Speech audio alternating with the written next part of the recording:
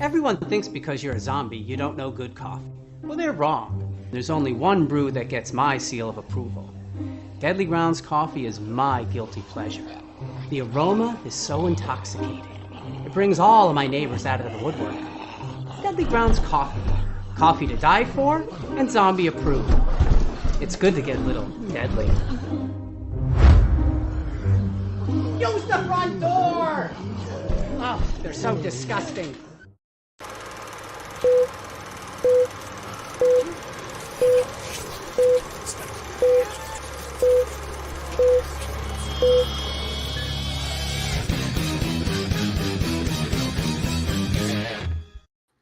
Hey everybody, it's Tuesday night, time for another live Wicked Horror Show. I'm Kevin, and as always, I'm joined by Tony has 9 fingers. What is going on, people? I didn't see me for a second, so that's okay. I didn't see you either. Would you like to introduce our very special guest? We're welcoming back a guest. Sure. Like you said, we have had him on for All Your Friends Are Dead.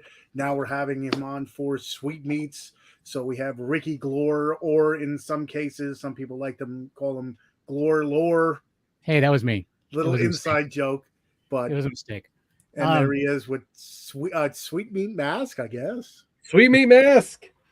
So are you going to be in the movie, or is it or is it just like is that something like a proof of concept kind of deal? Because there was like a little teaser on the Indiegogo. Was it Indiegogo Yes. or Kickstarter? Indiegogo, right?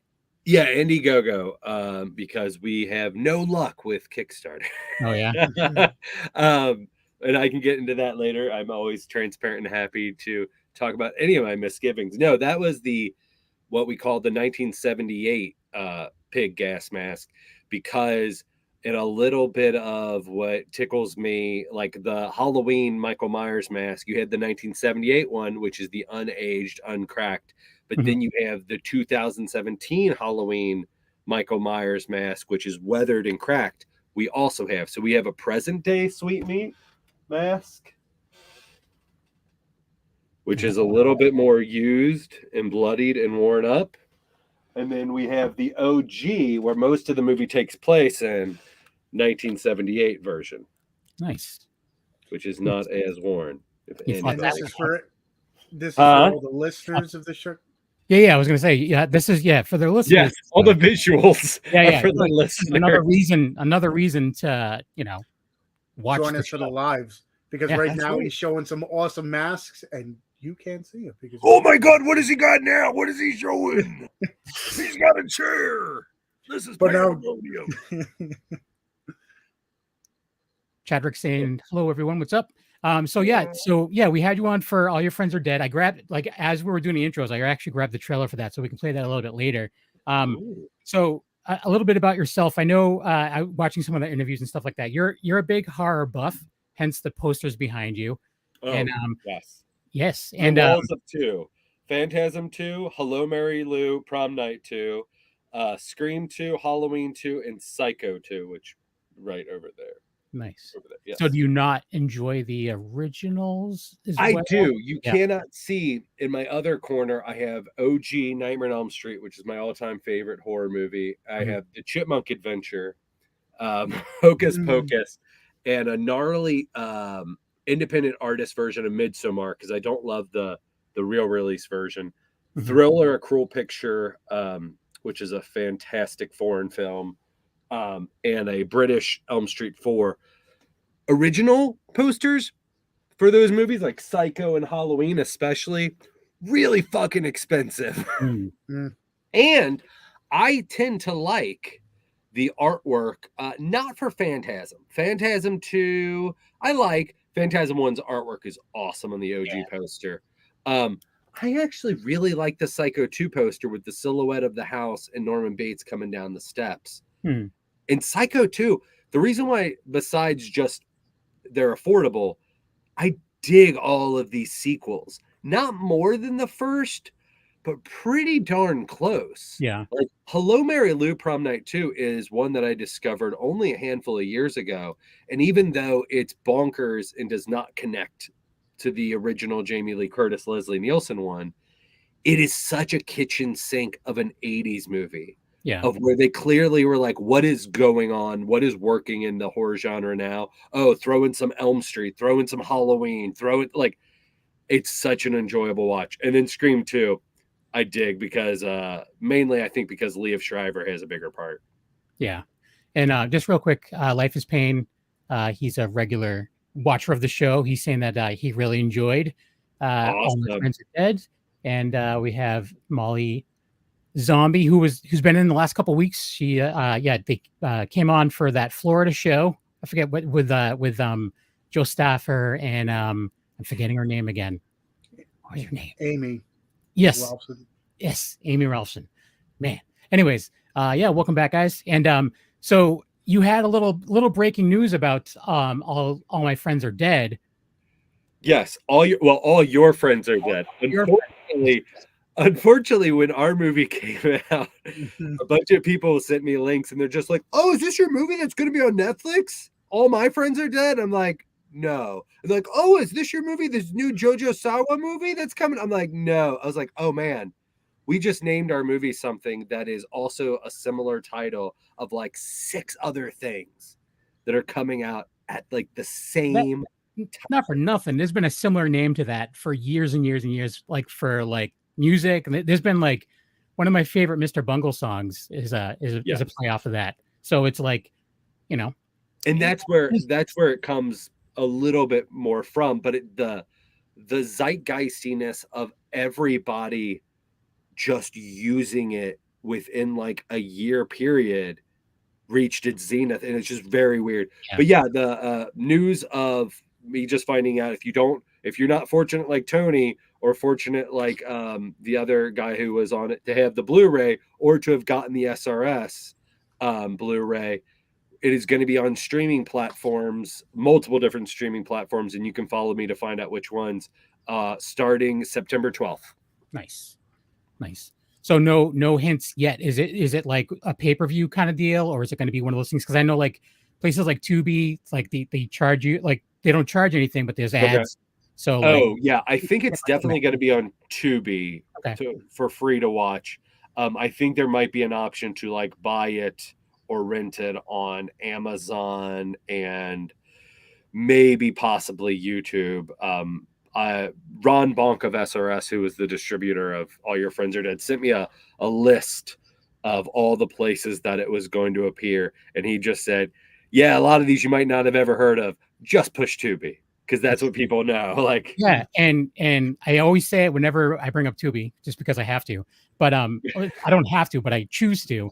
I always try to push people towards Tubi myself, because from what I understand, the filmmakers actually make more money off of Tubi than they do off of places like Amazon. Sure. Yeah. Per view, they make more money, which is I'm fine with watching some commercials as long as it goes. That's what I'm saying. It's probably because of the ads that they put on there. Yeah. So. And Jamie Hill's in the chat. We haven't seen Jamie in a while. Jamie Hill, who was in the hit runaway movie Skinamarink. She's the mom in Skinamarink. Really? Yeah. Holy crap! We've got celebrities up in this. Oh chat. Yeah, she's awesome too. She's very nice. And Jamie, reach up to us, like whenever you have something else coming out that you want to talk about, by all means, just let us know. Yeah, but Jamie, what do you think you're doing here, coming and being a bigger celebrity than me for the episode? Like, what are you doing? Jamie, come on. But yeah, so All Your Friends Are Dead, coming out streaming September 12th. I'm gonna put it on my calendar because I want to see it. Thanks, Tony, for letting me see it. Whatever. Tony, can I ask you a candid question? And feel free to skirt it as much as you want. Was it funnier than you expected? See, that's the one thing there was bits and pieces where I laughed more. Mm-hmm. Like because I guess with certain people, like certain references would hit you more. So I didn't know what to expect going into it. So it was equal to what I expected. Okay. The only reason I asked that is because I know when I came on here, we were pushing the Kickstarter for finishing funds, and we filmed the middle of the movie, which is the woods scene. That is my biggest criticism of the movie, and that is fully on us, fully on me, is after that, and I know every interview I did, I was like, oh, it's not gonna be like Friday the 13th. We're gonna have kills that are coming in your face and blah blah blah blah. It's not just gonna be the last 30 minutes. And then you see the movie, and it's literally the last 35 minutes is when all the kills happen.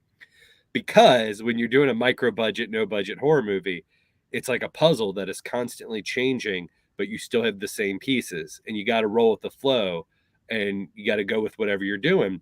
So when we filmed the beginning of the movie and the end of the movie, after we filmed that opening stuff, we found more, I think, of what the tone and the vibe of the movie was, which was more of this dark comedy.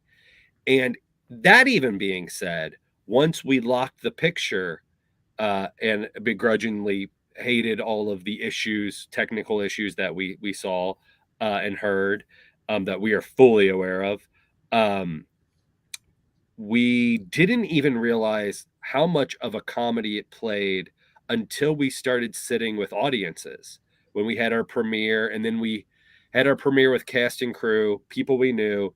They laughed a lot, and they laughed a lot at the same parts. And we were like, oh, well, maybe it's because they're nice and they just want the movie to enjoy the movie. The next week, we had our next in-person screening, and the whole theater was packed with people we didn't know. And they weren't people that knew people. And they laughed at the exact same parts. And we were like, oh, this isn't a room situation. We don't feel like they're laughing at the movie. We think like they're appropriately laughing because they think the things are funny. And we're like, I guess this plays more as a comedy than we expected. And that was great, except for then when we started getting our rejections from horror film festivals, where if we got criticism, the criticism always was, we think this is more of a comedy than it is a horror movie. And we're like, yeah, okay. Yeah, because we always have the argument where, see, me, I know Kevin and me have the same mindset.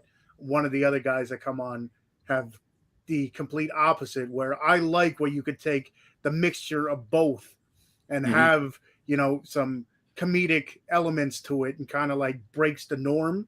Yeah. That you can take both genres and kind of just shove them together and make something. Every other horror movie is exactly that. It's another genre mixed with horror, like anyways.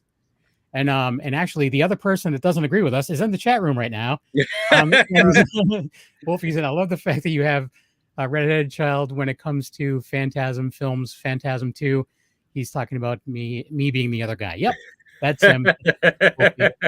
So the one thing I must say too is I actually appreciate the fact that, it takes a while before the killings happen, because I like to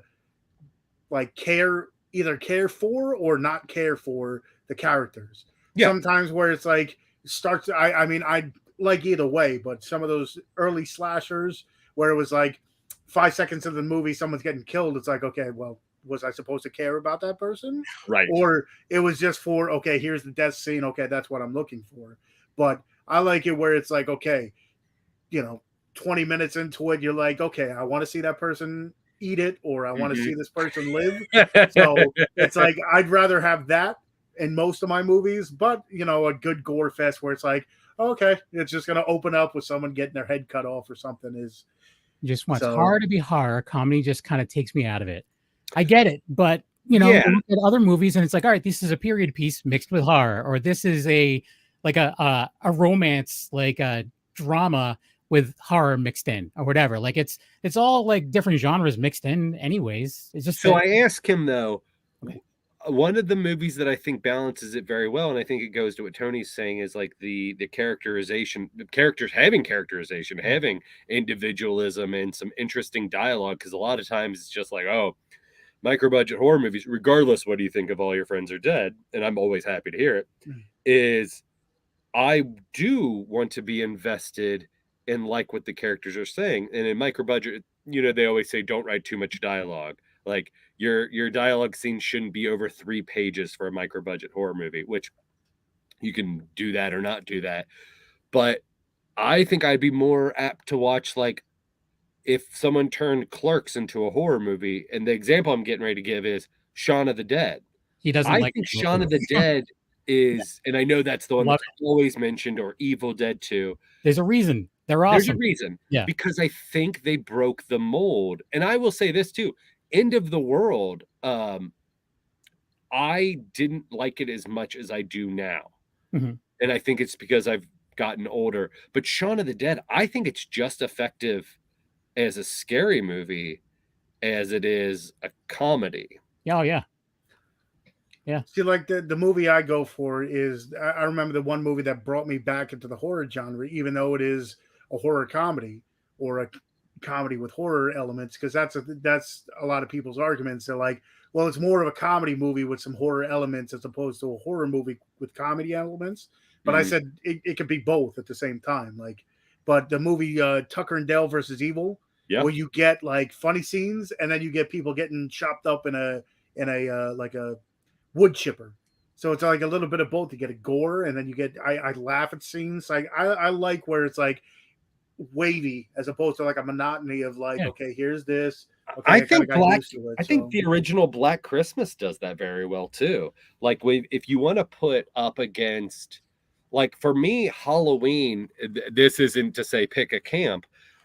As far as the female characters that Deborah Hill wrote in the original Halloween are some of the best that were ever done, except for me, Black Christmas does it even better because I think they're even more genuine, and I think they're entertaining, where even if Billy or whoever the person in the attic hadn't started making the phone calls, the babysitter and the man upstairs urban legend, I would have been like, well, Bob Clark, who ended up doing Porky's, that's what I think. Black Christmas could have been Porky's if you removed the horror elements out of it with a centralized focus on these sorority girls. I don't know. For me, I grew up loving like the airplane movies and like Top Secret and stuff like that. So like when I first saw Student Bodies, I was like, this is kind of a mixture of that and horror, and I'm all about that. And then I grew up like loving trauma movies. You can't tell me most of the trauma stuff isn't trying to be a comedy and a horror movie at the same time. Most of it is. And so another one that around that era with Student Bodies is God, I love that VHS box. Like my dad had that, and I was just like, what is this with the funnel in her mouth and her on the desk in front of the blackboard? But two other ones, Saturday the 14th. Yeah. And a lesser known one, because they had to change their title because it was originally called Thursday the 12th, but Saturday the 14th beat them to being released, is Alfred Soleil, or Soul, I guess that's how you pronounce it, Pandemonium. Which, if you haven't seen it, it originally was titled Thursday the 12th, and it starred Paul Rubens. Oh, really? R.I.P. Yeah. So check that out. That is, if you dig Student Bodies or Saturday the 14th. Yeah, it's so ridiculous. Like that sometimes, like me and my friend Mike still to this day, like say sometimes Melbourne Peas Red. We still say that. What is Mr. No Comedy, No Peanut Butter and Chocolate? What does he think of Scream? Midnight Meat Train. Oh, yeah. Midnight Meat Train. Yeah, that one. Yes. Pandemonium is funny, but it also has Tom Smothers in it. Yes. Yeah, it does. And Jamie, I think Jamie Hill's saying that she loved, I think she's saying she loves Student Bodies, which is smart because it's ridiculous. Even though it is a little racist at times. And it's a little, I mean, it's dated. But it's, I mean, it's petite racist. Yeah. But at that point in time, it was like part of the 80s and 90s. Yeah. You were seeing you'd watch and be like, wow, we've come a long way in this world. And then you realize maybe we haven't. But yes, watch them in the time capsule, not thinking that they're representations where we're at. Sorry. No, I mean, throw a rock and not hit some homophobic slur. Oh, yeah. In any horror movie before, I mean, even still now, but even just regular comedies, like movies that I watch all the times, like Meatballs. Comedies do not stand the test. Venkman and Ghostbusters. There's a good horror. As a kid, Ghostbusters scared the shit out of me. Yep. Ghostbusters 2, I think even more. The first Ghostbusters, when the cab driver turned and it was just a skeleton guy, I'm like, what? Like that was enough. Like, but not standing the test of time. Venkman to me, I'm not saying like we need to cancel that movie and like you can't enjoy it and blah blah blah. But he gives me a little bit of Stranger Danger. Like there's a little bit of like I would watch my drink around that guy. He's a predator. Yeah, he's a predator.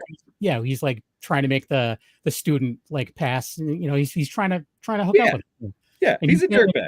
Wolfie's saying it's not horror.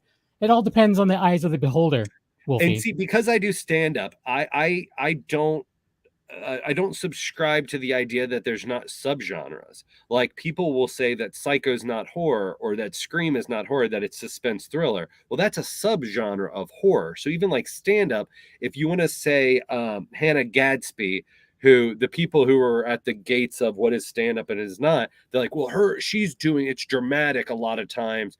And that's a one person show. And it's like, yeah, but like stand up and then like one person show and like Mike Birbiglia, that all kind of falls under there. Like their purpose is to entertain and the majority make you laugh. So like, why are people getting their panties in a twist? And I'm not saying Wolfie, that are you wearing panties? Right. Yeah. Or mayonnaise. Yeah. Sleepy Hollow. It was great. Sleepy Hollow is such an homage to the librarian scene is what I'm talking about in Ghostbusters, Molly. That is the scene that scared the crap out of me. But the movies that are like not necessarily trying to scare you, maybe you would not.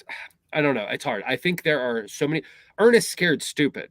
Tried showing it to my daughter, and my wife, quote unquote, let me because I used the argument. Well, our daughter, when she was 3, was watching Hocus Pocus, and it's rated the same. And if we're going to go off ratings, she should be able to watch what I grew up watching.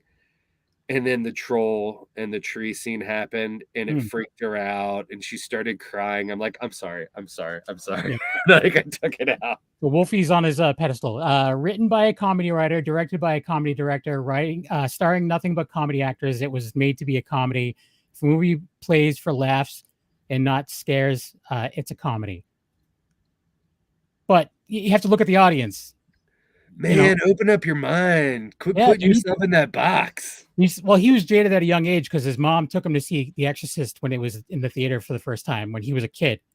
So he was jaded from get-go. He was jaded from Jump Street. You know, and like my first horror movie was Abbott and Costello Meet Frankenstein. Right, which is a comedy. It's a comedy horror movie because it's Frankenstein. If you rewatch it, there are things that are played for scares. Oh yeah. Frankenstein throws a woman out the window, and if it were just comedy, she would have bounced off an awning and we'd have seen her walk away and be fine. We don't ever see what happens to that woman. That woman is fucking dead. Yeah. And like the murders that happen in that movie, like he is Dracula. He is not Bela Lugosi playing Dracula. It is a great movie. I think Return of the Vampire, which the main female, I'm slipping on my knowledge, my horror cred, who wrote it and also plays the lead female vampire. It's one of the only times Bella plays a vampire also, but not Dracula technically in one of the bigger budget movies. The movie ends by revealing that it's them just filming a movie. So it kind of takes the piss out of it a little bit, but the movie is still quote unquote scary for its time. And I still think Abbott and Costello, they're not playing Glenn Strange playing Frankenstein. They're not playing Bela Lugosi being, Lyle Talbot. It's not, Lon Chaney is playing Lyle Talbot. Like he is the Wolfman. He is a man that turns into a wolf when it gets moonlight. Right. Yeah. And that's the thing is I do a show that we focus just on classic horror. It's called Black and White Fright. And like, we have to like a lot of times, because we're talking about movies from the 20s, 30s, 40s, whatever, we have to think about what was going on in the world at that time. It may not be scary to us right now, but think about what was going on and what had people seen at that time. Like Nosferatu, Gollum. Yeah. The Gollum. I think those are still legit scary visuals that we have not been able, like the original with the paintings in Bela Lugosi's Dracula. There is stuff that I think is visually more dreamlike and interesting than what we're doing nowadays by using cheapened CGI, which maybe back then that felt like there was an artifice. I feel like it feels more like there's an artifice now with what we do to fake a landscape or something. I don't know. I personally, I agree with you. I think it's more artistic with the older stuff, like doing the matte paintings and like even like the use of shadow and stuff like that. It was just so much. They had to really work with what they had. And now it's just like, I saw that the last voyage of the whatever you call it movie, The meter Yeah. or whatever. yeah, Yeah, and Demeter, yeah. there isn't a ton of CGI in it, but there's enough to bug me in it. Like I was like, you know, And I will apologize for the CGI blood that appears in All Your Friends Are Dead. but that's the thing though, is that that's a low budget movie, and sometimes you have to do things that you can get around corners. This was a giant budget movie. Yes. And literally, like the first shot you see of Dracula, they call him Dracula in the movie, is he I didn't know that. Yeah, he looks like Gollum from Lord of the Rings, like crawling around the bottom of a boat. And I'm like, what? I'm like, then they have like that dude in a costume with like some help with CG that looks okay, but they could have done more with that. Like I'm just like, you have the budget, like you're on a boat, like just put Doug Jones in a costume and give him some money. He's awesome. And it's not like the time saver. I don't think there is a time saving aspect, and I'm not. I try to make sure that I'm not being boomeristic or just nostalgic for these things that I grew up with, because I know that there's an easy way. You can do that, but when you see things like, and I'm not just jumping on the bandwagon of shitting on the Flash, even the latter Avenger movies where they're wearing those dot suits and they just look like a floating head over the CGI suits, or the CGI that appeared in the Flash. I'm just like, how is this getting past anybody of being something that looks good? And it's not even just small scenes; it's an abundance of it. I don't know if it's something because like there's a lot of people, like I know a lot of people that literally will watch things on their phones. Like, so maybe they're like, oh, no one's going to be watching this on the big screen anyways. No one goes to the theaters anymore. So like they're going to be watching it on their smartphones. But then a lot of the CGI too has, I think more people are the explosion that's going on behind them as opposed to looking at the character themselves, because nowadays everything is just visuals. It's like explosion. It's, oh my God, this is the greatest thing. It's like, but Life is saying it's a catch 50-50. If you overdo it with the CG and the movie is rushed, it's definitely a letdown. But he does miss buying makeup effects magazines, etc. I agree. I think that they're. I mean, don't get me wrong. Movies have changed quite a bit over the last handful of years, especially. And I know that people are just trying to rush to get things out, but they should probably pump the brakes a little bit, because I think there's an artistry that if you want it to be CG, you should just do animation or video games. But I think when it comes to movies, I think there's a healthy mixture between CGI and practical. Oh yeah. If you can do both of them together, then I'm gonna be less knee jerky. If you're gonna mix them together, and my dad, who's in his 80s, can obviously pick out that there's a difference there, that's not done right. If my dad's like, why did that look so different? I'm like, it's because one of them is CG and the other one's like, I don't know what CG is. I just know it didn't look right. That kind of deal, So it's just spend more time. I mean, don't get me wrong. It could be. It was way worse in the past. It was way worse. It's getting better. I don't know. I think with the Flash, I mean, have you looked? I haven't seen it. I haven't even bothered to look at it, honestly. But even clips like the Nicolas Cage Superman, the Christopher Reeve Superman, and the Helen Slater, like, shit looks bad. Remember when everything was like very shiny? Like everything looked like it was wrapped in plastic wrap for a while. It was CG. That's what it looks like still. Really? I mean, okay. And it always, the shelf life for me, and I swear we'll get off the CG kick, because this is such a trite, over like beaten dead horse discussion. But Attack of the Clones, episode 2, it looked bad when it came out, when Anakin's on the land speeder. It looked bad when it came out. It looks even worse now. It ages like a new car driving off an auto lot. Like the depreciation is so quick. That's why I do not understand losing the artistry of practical effects. Like why? And I think I don't know if it's a money thing, They're just like, all right, we can make this bigger without having to pay as many actors or what. But so Jamie Hill's saying that CG is getting better. She has friends up here. She's up in Canada that are using it. Don't get me wrong. When it's done correctly, it's awesome. Like there's plenty of shows like, was it Love, Death and Robots, that all that's pretty much CG, right? And if it's done with that intent, it's great. But if you throw it in the middle of reality, or something that's supposed to be reality, it really just is kind of jarring to some people. Well, and obviously Skinamarink, incredibly low budget. There is a lot of Photoshop, quote unquote, CG done with that in a very smart way, in a minimalistic way that doesn't take you out of it. Right. The vibe and the tone. Oh, totally. Yeah. It was done in a very smart way with Skinamarink. Yeah. It makes you think. We're not just saying that because Jamie's on I sell that movie to everyone. Like if people like, oh, it was too much going on. I'm like, and that's why it was great, is because your mind starts messing with you and you're like trying to figure out what's really happening here. And that's why it's great. That was the point of it. Like that was like, you're trying to figure it out. I've watched it multiple times, and the whole time I'm like trying to take different things from it, and like I went to see it in the theaters with my friend Angel and his son, who's like in high school, and he came out of it with a completely different opinion on it than either of us had thought of, and a different take on it. I'm like, that's genius. Like I never even would have thought that. And he's just like, that's what I took from it. I'm like, we're all coming up with different things here from the same movie. It's great. Anything that starts multiple conversations like that, I think, is a win. And it's one of those movies that are so polarizing, because you have the people that are like, I have no idea what I just watched, I hate it. And then you get the other people that are like, I have no idea what I just watched, but it's so intriguing, I want to watch it again. So it's just so, because I've seen so many people that are like, there's nothing happening. I'm like, yes. I mean, that's pretty much what it is. Like, that's my criticism of criticism. And I this isn't just for movies or just the social media way of everybody's a critic and has 2 cents. I felt this way when I was doing theater in Chicago.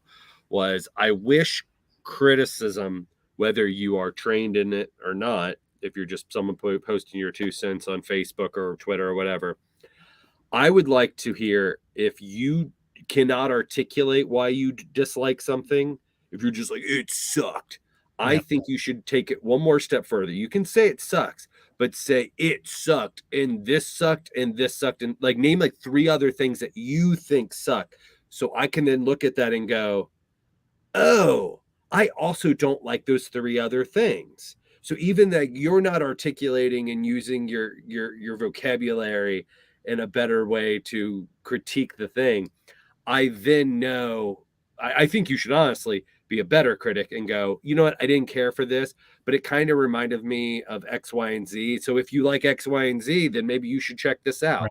But and Jamie's saying constructive criticism, it's used in nursing. Yes, exactly.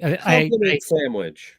Yeah, exactly. Yeah, just to be like, oh yeah, they suck. Like, but why? Just give me a reason. Like, give me a reason why you hate it so much. Like, if there's something I can sit there and say, I just don't like it. All right, it sucks. Like, I'm going to be able to give you at least one reason why I think it sucks. But in general, I usually try to find at least something positive and something that I don't like. And usually, like when it comes to a movie, it's just like, well, it's better than any movie I've ever done because I've never done a movie. Yeah. So I had, before I made All Your Friends Are Dead, which is my first feature, I had strong criticisms for Phantasm Ravager. Mm-hmm. And then just last week, I was like, you know what? There are a lot of ideas that I like about Phantasm Ravager, and I'm very aware of how long it took them to make it and how micro budget it was, and fans got to at least another experience with these characters. So I was like, I need to rewatch it again now, having gone through the process of making my own feature. And I did, and I enjoyed it more. I still had my gripes about it and my criticisms and, Monday morning quarterbacking, but I definitely had more of an appreciation of what it took for them to do and how they made it. Yeah, it's the one thing that is good with horror fans is that they're very opinionated and they like to speak their mind. But the other bad thing about them is that they're very opinionated and they like to speak their mind. And it's like, we could do a whole episode on Scream 6. Well, but here's something that you may find interesting is I've never watched a Scream movie ever in my life. Holy And, moly! And I'm doing a podcast currently with a cast member from the original Scream. What is it? It's just she was an actress that was in, you know, like the girls in the bathroom that are talking. Yeah. She's one of those girls, and she's been doing horror conventions and stuff, and she doesn't really know anything about horror. So is it long hair or short bob girl? The short bob. Okay. And she regimented. Like, where do you get that stuff? like Bubble Butt Boyfriend, that one. Yeah. Bubble Butt Boyfriend. Yeah. So the show's called the Re-Education of Nancy Ann Ritter, and we're going through and breaking down like some iconic horror movies. So we've already recorded a bunch, but I've never seen. Have you watched Scream now? No, I still haven't. It's actually going to be one of the episodes is me watching Scream. Oh wow! Also, too, her boyfriend was one of the original Michael Myers in the first Halloween movies. Shut up! And I was like, I'm sorry to tell you this, but that's like my least favorite franchise. And so yeah, I'm batting 1,000 everywhere I go when it comes to horror movies. People think I suck, but I don't know. You do. There's enough flavors for everybody. You know, it's like horror movies is like Baskin Robbins. 37 flavors. Everybody can get what they want. Let's just all love and harmony. Right. Exactly. Let's just all kill each other and mutilate each other in harmony. Exactly. Yeah. See, that's the thing is I can understand why people love those movies. I get it, but I don't have to love them just because you do, you know? But, exactly. Yeah. So there's things there's things I love about the Halloween franchise that I know are not the unanimously loved things. Like Halloween 6, the introduction of Thorn and all of that. There's stuff about that I'm like, hey, or even Halloween 3, Season of the Witch. My favorite. I love it. Every time I pick up on something new, I'm like, is Tom Atkins purposely wearing colored handkerchiefs out of his back pocket to connect with the homosexual community? Because that's a language and how they communicate with one another. Like, there's just a bunch of interesting things. In the year that it came out, I'm just like, I think this movie's better than people give it credit for. My whole thing was like, all right, how is he like a sex symbol? Like he's a very nice guy, but like that dude hooks up with everyone in every movie he's ever been in. Ever. Yes. And he's an alcoholic and usually in everything. But then in Halloween 3, he's a doctor. Yeah, it's awesome. Yeah. He's a very nice man, though. I got to meet him once, and he was very nice, very approachable, very like, hey, everybody, like walking through the con, very, very cool. He's seems like your fun uncle, at a family reunion. Yeah, him and like Henry Winkler were very similar people when I met both of them. Yes, very, very similar. Winkler is cool now. Winkler back in the day, not as cool. Really? He has it's almost like Adam West. Anybody that has played a character as large as like Superman. Like Adam West will have been known as Batman. Henry Winkler was basically a superhero by playing the Fonz. They got better from typecasting and projects that they loved that didn't like the movie Heroes that Henry Winkler did the same year as Saturday Night Fever. If you've seen it, it's him and he's a ex-vet with Sally Fields. And it's very good performance. It's a good movie, but it didn't do well. Saturday Night Fever. So it was Vinnie Barbarino versus the Fonz at the box office, and one of them won. Yeah. So Henry Winkler used to be better back in the day, but yes, he is a delight. He is definitely like your nice uncle, and phenomenal on Barry, by the way. Yeah, and then he was also wasn't he was part of Children's Hospital on Adult Swim for a while too. I think. Oh, was he? Yeah.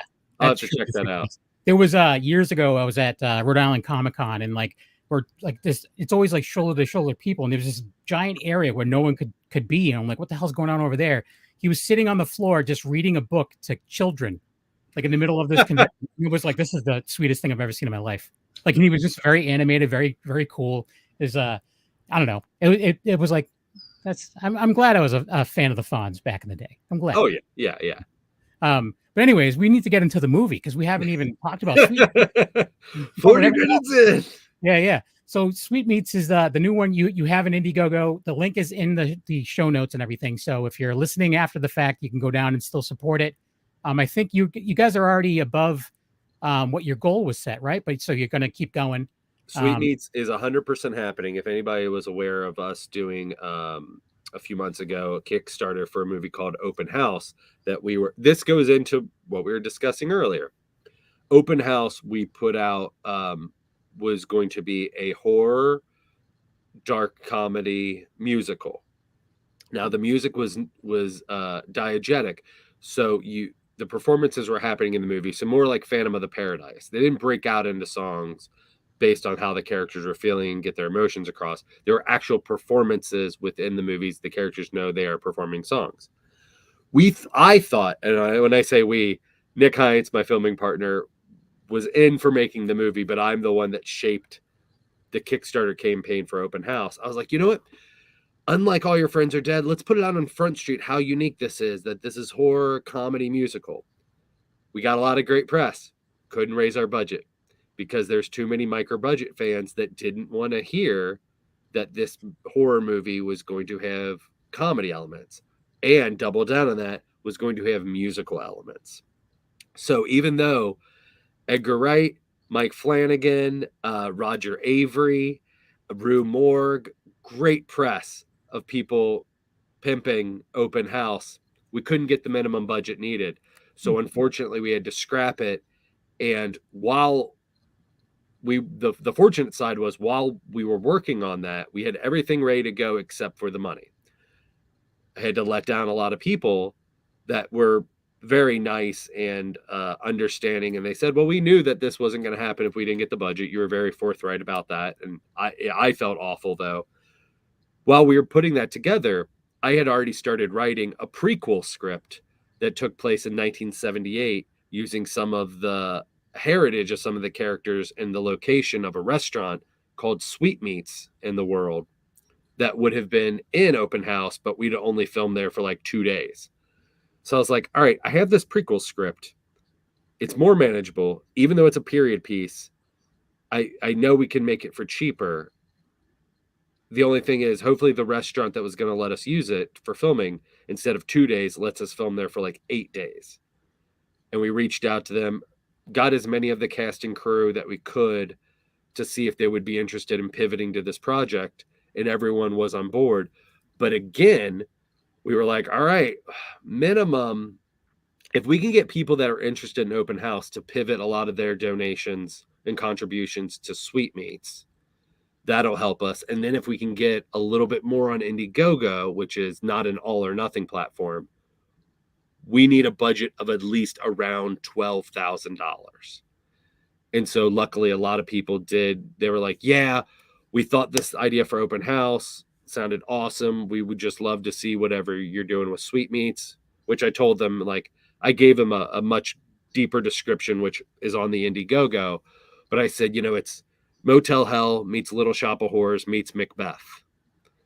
And as long as you're like, okay, I'm into that, enough people were, and now enough people on Indiegogo were. But what sucks is Sweetmeats is basically kind of in the same vibe of Open House, but we didn't necessarily put that on Front Street. Not that we're baiting and switching, but like we're letting people know that there's going to be ridiculous amounts of gore in the vein of like a Motel Hell. But there's also going to be satirical elements like Motel Hell. Or even like the original Slumber Party Massacre. Talking about Pandemonium or Student Bodies, Slumber Party Massacre was written as a parody film. And then the studio said, oh, no, let's just play the straight lace. And they used the same exact script. So if you watch Slumber Party Massacre through the eyes of that this is a satirical commentary on slasher films, it's hilarious. Wolfie, don't watch it that way because you don't watch it that way because you probably dig the messed up. Slumber Party Massacre 2 is one of my favorite bonkers sequels as well, like Hello Mary Lou Prom Night 2. But so Sweetmeats, we got really lucky again with people being interested. In the teaser video that we filmed, that we put out, I wanted to make something that gave people the vibe of the throwback of a 70s drive-in kind of grindhouse feel, and feature some things like the iconography or the satirical elements that are going to be in Sweetmeats, but not really show necessarily anything of what Sweetmeats is going to be. if that makes sense based off the teaser. And so, yeah, we got a lot of great attention. We hit our goal. We still have, I think, 13 more days left as of today. We're going to go in demand so people can keep on getting Blu-rays, because now I can announce I just got the go-ahead. This is the exclusive I mentioned. You are all the first hearing it. What? We are officially going to be a Troma movie. Oh, nice. Lloyd Kaufman texted me and said, yeah, you can bring it up on the podcast. Awesome. We've actually had Lloyd on multiple times. He's exactly every phone conversation, and I'm not making fun of him. So I now, this isn't bragging, I have, thank you, Jamie, I have Lloyd's number in my phone. So when he calls me, I go, hey, Lloyd. And he goes, Lloyd Kaufman calling from Tromaville. And I'm like, yeah, I know it. Every phone call. That is how he starts it. That's awesome. And I laugh every time. Yeah. Yeah. He's been on, like, the first time we had him on, like, this was years ago.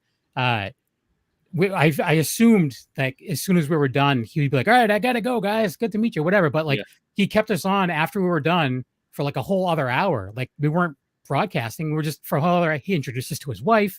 He was really selling us hard on Blue Apron. He like, and then it was one time he came on and he was playing with a doll and he was just like, Taylor Swift. Yeah, he was saying it was Taylor Swift. And, but yeah, like my whole thing that like you'd mentioned, like, oh, you know, I can, you know, this is a big deal to me, whatever. I'm happy now. I can say I did this. For me, I had music in a Troma movie, and that was like, all right, I'm good. I had music in a Troma movie. I'm good to go. That's it. I'm never going to have kids, so I can tell anyone else's grandkids I have music in a Troma movie. Well, so, yeah, Lloyd very nicely, I had contacted him just to see, you know, being like, hey, we're this micro budget movie. It's our second movie. This is what the movie's called. This is what it's going to be about. Would you do us a solid, us, some Kentucky boys, and throw your support behind it? Just say, hey, I know about this. It sounds like a fun thing. Please help it out if you can. And he said, yeah, I'll do a video. So that's the support video. That's before Sweet Meats. That was before even the distribution or them coming on as producers happened. That developed from that.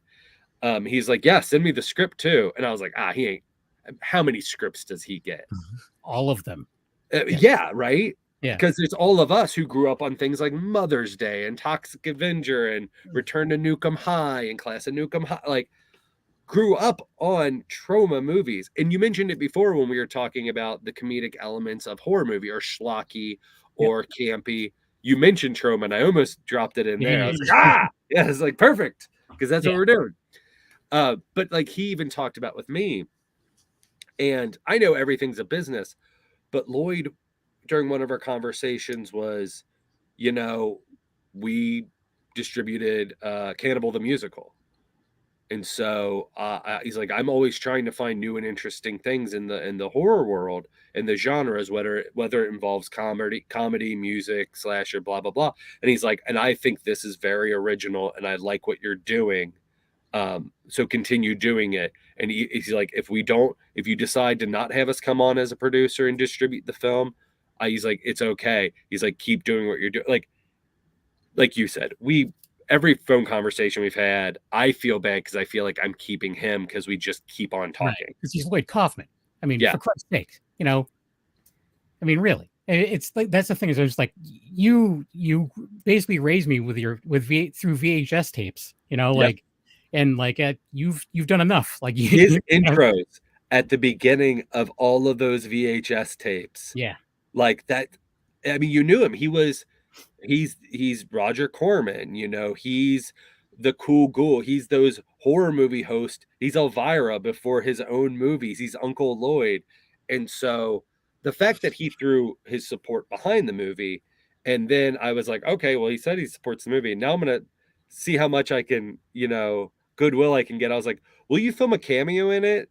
I was like, because we have this reoccurring thing of a television in the restaurant where local commercials are playing, and we already have this like vacuum cleaner commercial.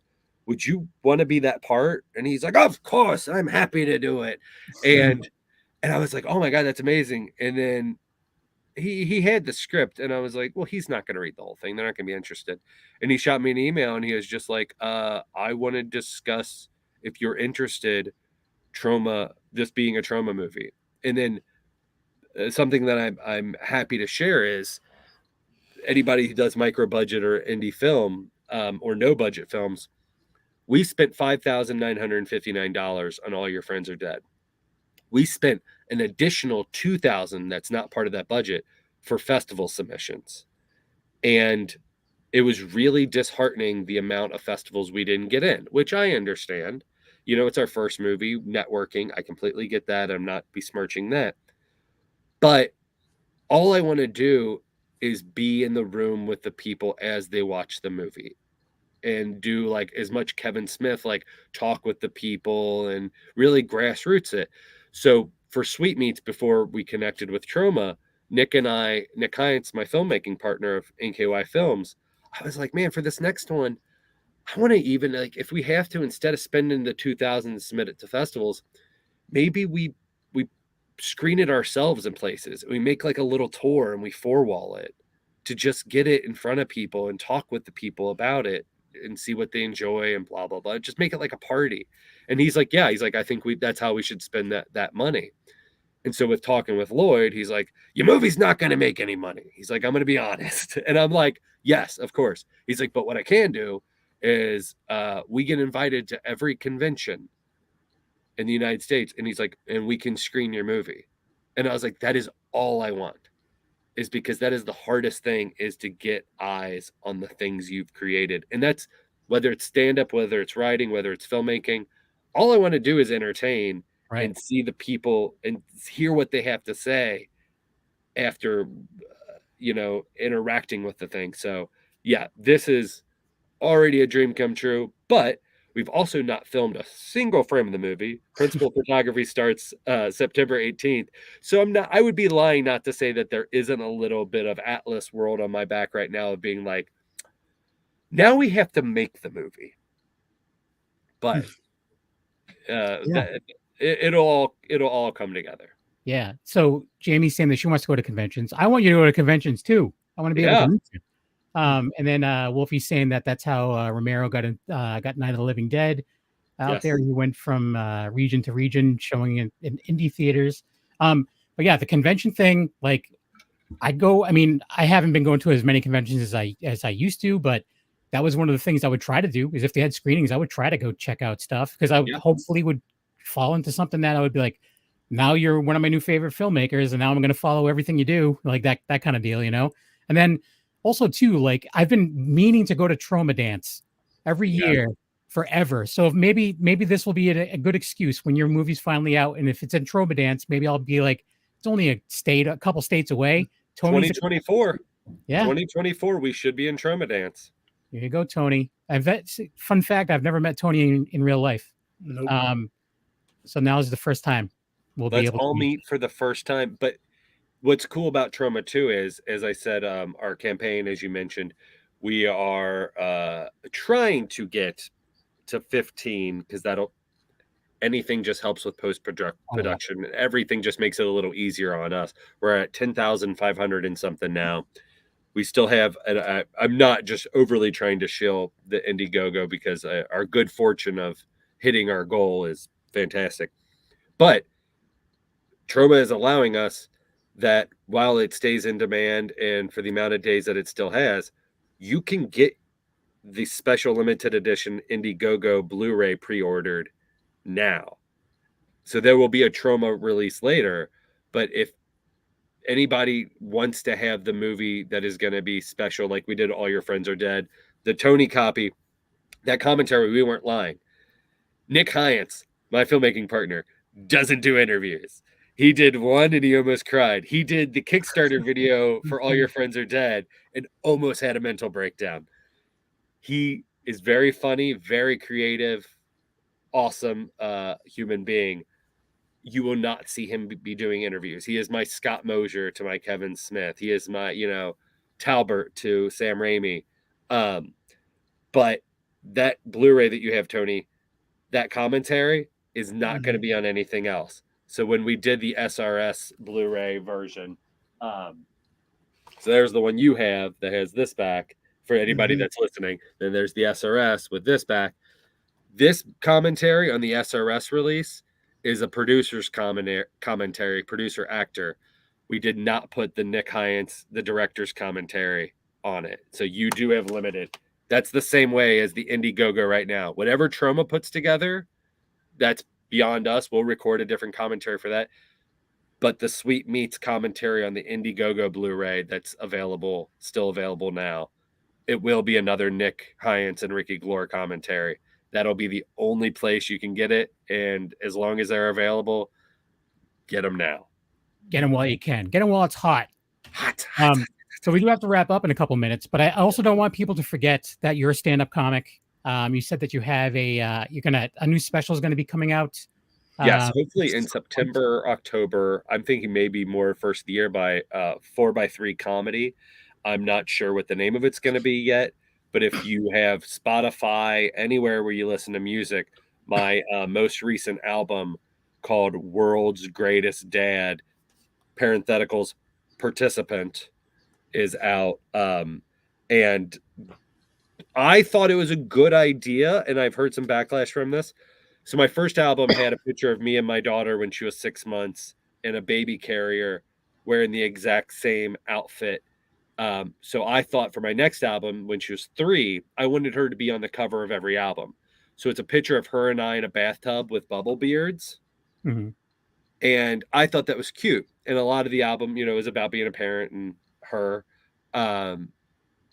A comedy club was like, hey, you have any other pictures for promotion? I was like, sure, why? They're like, yeah, just some people might get weirded out by seeing a grown man with a small child naked in a tub. And I was like, yeah, fair enough. Good point. Yeah. Not everybody knows that that's my child. That's true. Yeah, so Jamie's actually saying maybe she'll do comedy at a horror convention. That's actually something that I don't see. Like there was one convention I was at where they tried it and it failed miserably, but that's why it doesn't happen. Right. But I mean, I will be doing Q&As or whatever when I start. Oh, yeah.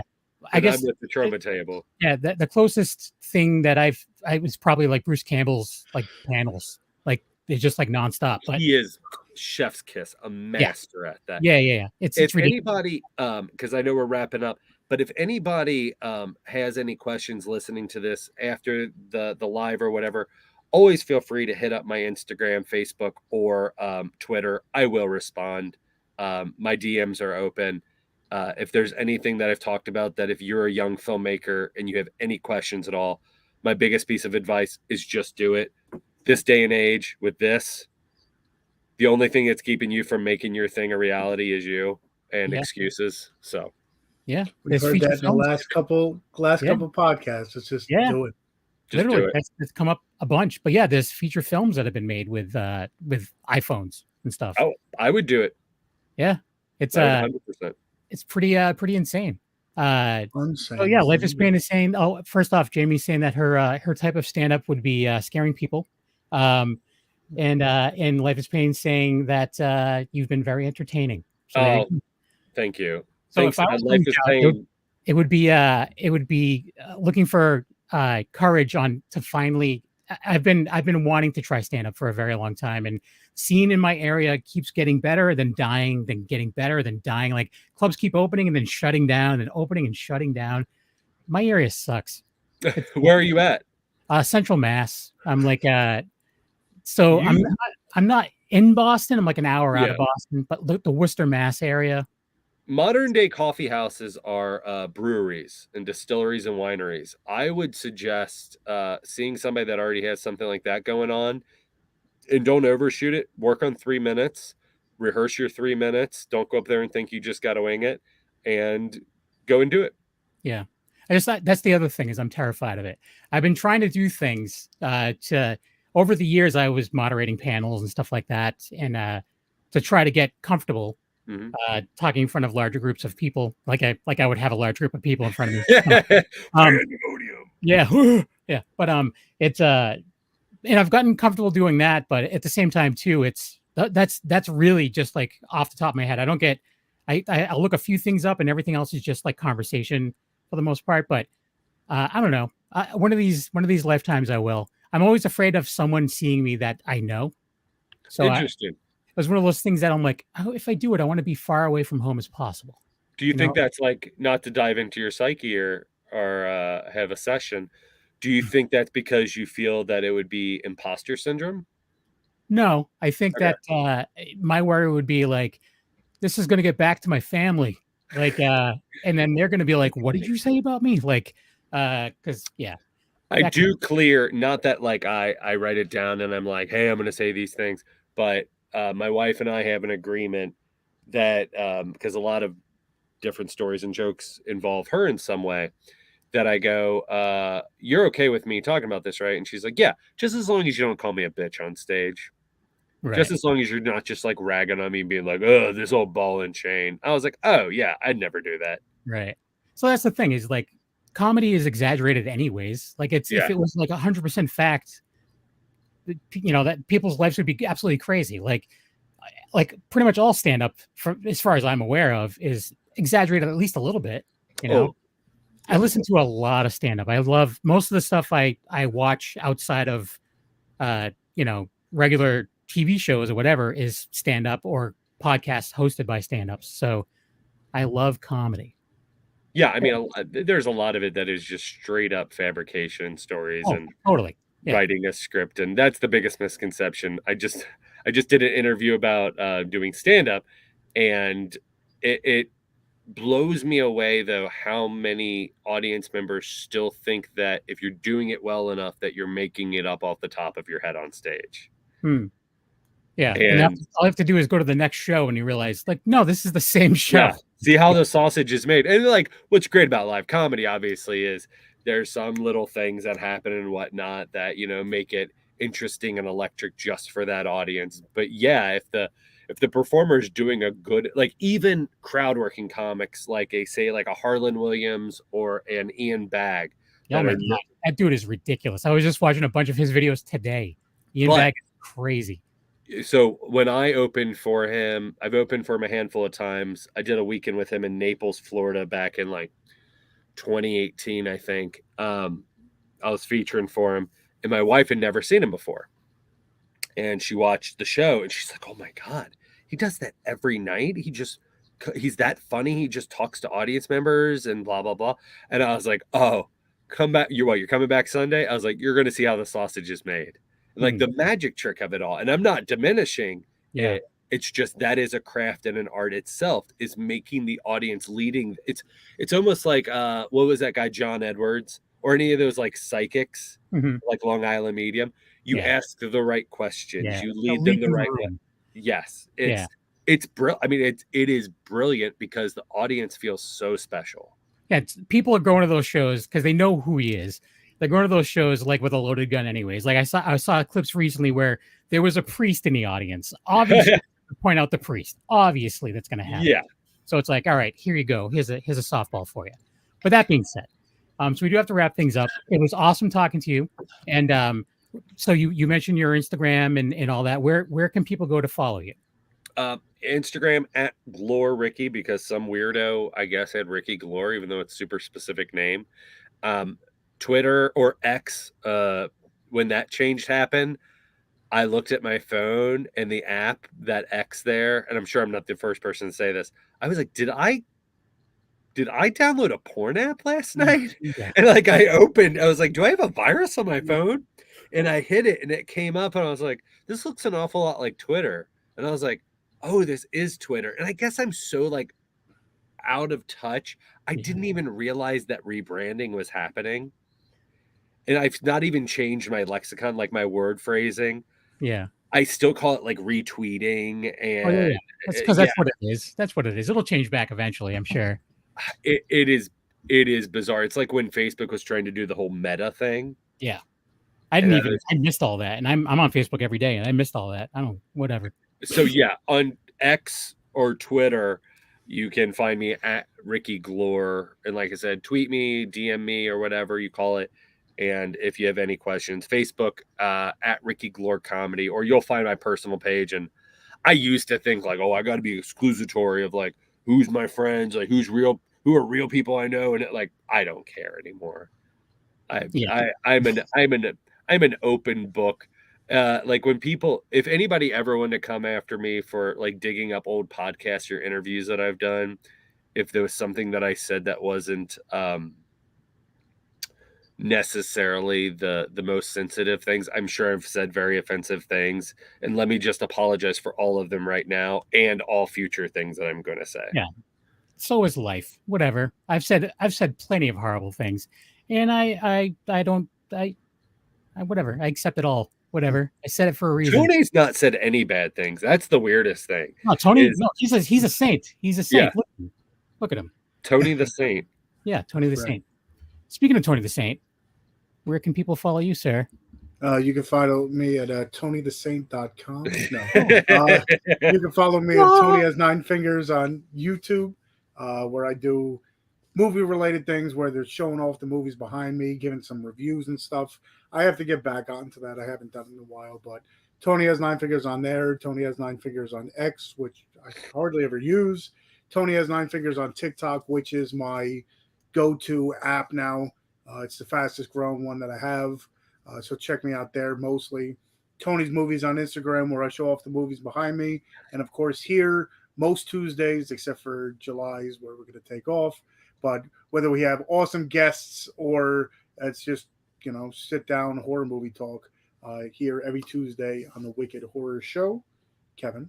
Just A Knuckle on Instagram. Besides doing this show with the lovely Tony, the Saint, I also do Black and White Fright, which is just classic horror movie talk, and That Strange Show, which is also on the Dorkening Podcast Network, and soon to be, it's coming out in September, just not sure which week yet, the Re-Education of Nancy Ann Ritter. It's going to be video and audio podcast, and we have 3 episodes recorded. We're recording a 4th one coming up, and it's going to be every other week. And it's fun. So go check that out if you're curious. And then you can always test Nancy Ann Ritter when you see her at cons. And just be like, all right, tell me a little bit about this movie and about this movie. What did you learn? Because I'm like the trivia guy on the show. Can I do one more plug because I forgot it? Do what you got to do. We do have some producer credits of associate producer and executive producer perks left. Just know this: if you get one of those, that means you are forever bonded with a Trauma film. So when Trauma releases it, and the posters that Trauma is going to release, and the Blu-rays and the IMDb, they are going to be listed up top. Lloyd Kaufman, Michael Hers. But then when it's executive producers, producer, and associate producers, your names will also be listed on IMDb, the movie poster, and the Blu-rays, alongside Trauma and Lloyd Kaufman. Just my last bit of carnival barking. There you go. If anyone out there wants to let me borrow some money, anybody got $5? Yeah. I was trying to think of that. What was that Chris Rock line from I'm Gonna Get You, Sucker? Oh, which is an amazing In Living Color sketch too. Oh, is it? Yeah. Which I think was done obviously well after, because he had done SNL before then, where he goes into a bar and he's like, how much is a shot of Jack Daniels? Like, good Lord, that's a lot of money. How about I give you 50 cents and you let me lick the shot glass after somebody does it? And he's like, have change for a 50? And he's just like, go out of here. Yeah. I'm Gonna Get You, Sucker is a great movie if you haven't seen it. And Fishbone is in it. That's the main reason I watched it for the first time. And Dave Attell is in it too. No, he's in Pootie Tang. He's in Pootie Tang. I was wrong. He's in Pootie Tang. Well, and oh my God, why am I Hollywood Shuffle, Robert Townsend, that is where I'm Gonna Get You, Sucker comes from, because Keenan Ivory Wayans had worked on that with Robert Townsend. That's another great, if you want to deep dive into micro budget, indie budget movies, Robert Townsend did the old Get a Bunch of Credit Cards and made a movie. And Kevin Smith borrowed it from that and was like, if Clerks hadn't worked out, I knew who I was going to blame. Yeah. That would have done nothing for him, but yes. Yeah. So, all right. Well, thanks everyone for watching and eventually listening. And thanks for everyone in the chat, and have a good night. And we'll see you next week. Goodbye. It's ended. 1 second.